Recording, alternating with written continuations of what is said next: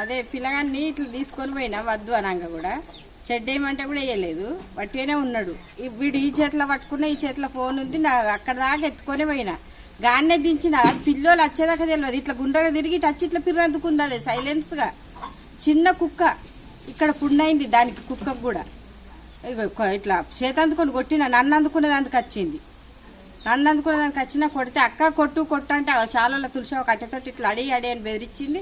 ఆయన తట్టు వజరుల సందులు ఎక్కువైంది లచ్చపేట. ఆయనే ఆ కృష్ణమూర్తి కొడుకు కూడా మొన్న గరిచిందట, వీనికేమో నిన్న గరిచింది. నిన్న సాయంత్రం. నాకు లేక లేక కొడుకు పుట్టిండు 53 సంవత్సరాలకు. వాడిని చూసుకుంటే నేను బతున్నా, అలారం ముద్దుగా వేసుకుంటున్నా. వాడు అంగన్వాడీ స్కూల్లోకి పోతాడు. తర్వాత మా మూలకు ఐస్ క్రీమ్ గురించి మూల మీదనే, ఇంకా మన రోడ్డు మీద కాకుండా అది చూసి ఇంట్లోకి వచ్చేసరికి ఆ సడన్గా ఎరుకుక్క వచ్చి అంగి జారిపోయి ఆ పిర్రను కట్ చేసింది. దాంట్లో నాకు ఫోన్ చేయగానే సడన్గా వచ్చేసిన. తర్వాత గవర్నమెంట్ హాస్పిటల్ తీసుకొని ఇంజక్షన్ ఇచ్చిన.